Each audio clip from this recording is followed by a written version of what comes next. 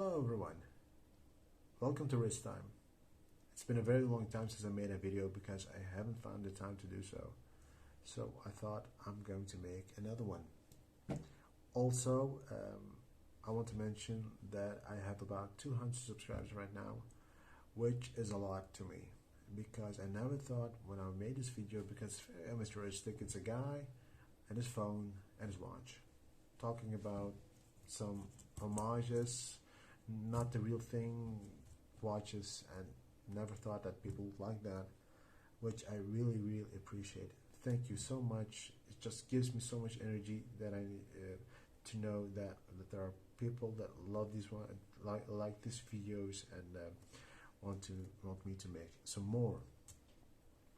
If you don't, also please leave a comment why you don't.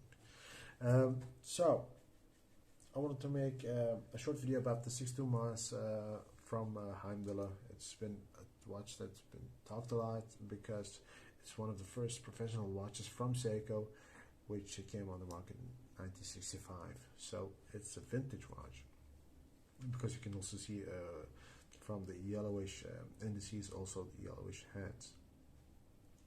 So the watch itself in proportions is a 41mm case. It has a lock-to-lock lock-to-lock width of 47mm. It's 40mm thick. It has a top-out sapphire crystal with blue AR coating. It has a ceramic bezel, a loomed pip, and that's about it.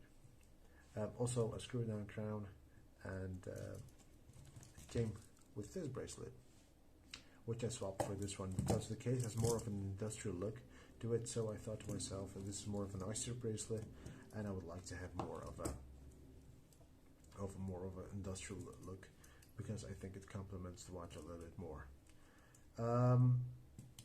There isn't much to talk about the watch because there are no major dislikes. What I would describe as a bummer or because the bezel action is close to perfect. It's a 120 click bezel, but no backplay at all, nothing. Clicks so well, perfectly aligned. The line is also perfect. No issues there. The sapphire is great. The casing overall, the finishing overall is great. It has a brushed finish on the surface of the case, and the sides are polished. The case back is, of course, with the Heimdallr logo, as also polished and brushed at the same time. Is there anything I would change about this watch?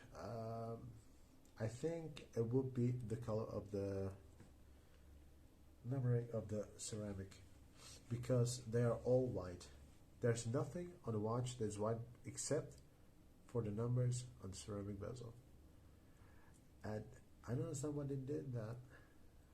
I really don't, because I don't think it's a good contrast. When you look at the indices and the hands, they're all yellowish, beige. But then you look at the ceramic bezel insert and it's white. Why? Why is it white? Because of the manufacturing process, or is it something that Heimdallr just did because they thought, you know what, it looks good enough, but it doesn't. The original watch has the aluminum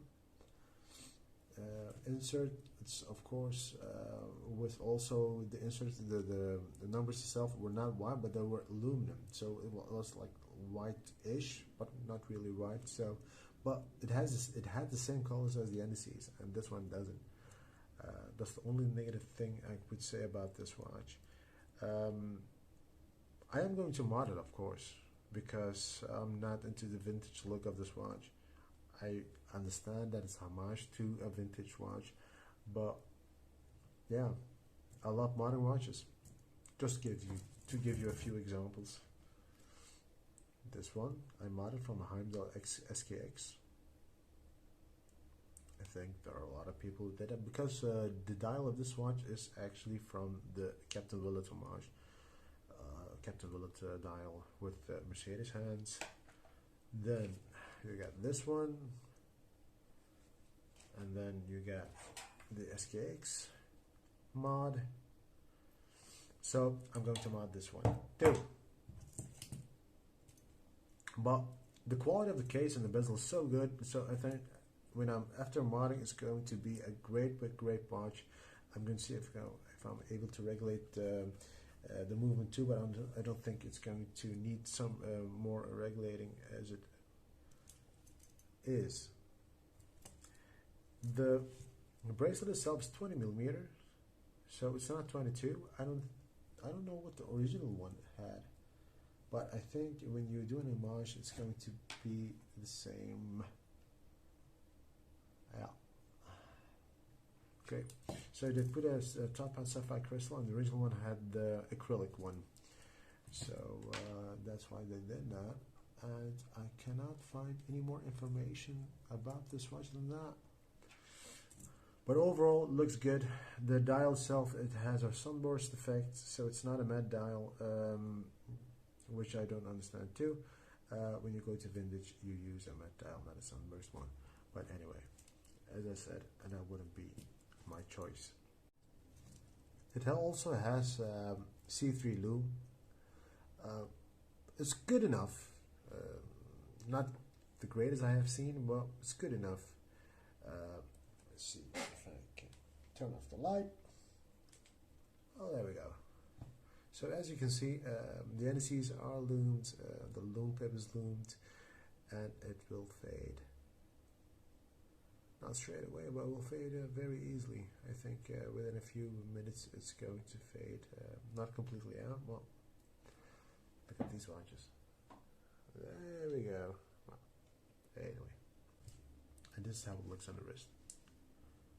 So it's a rolling wrist shot.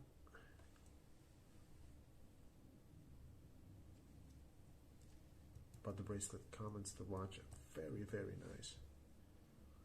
The oyster one, not so much. But it is a solid bracelet, you know. And links and sort of links, everything is solid. But if you have any questions, please leave something in the comment section below, and I will get back to you, and everything I can answer, I would. Modded it because I don't like the dial. I've put in a 6105 dial with the matching hands, aka the Captain Willett. I think this looks just much better.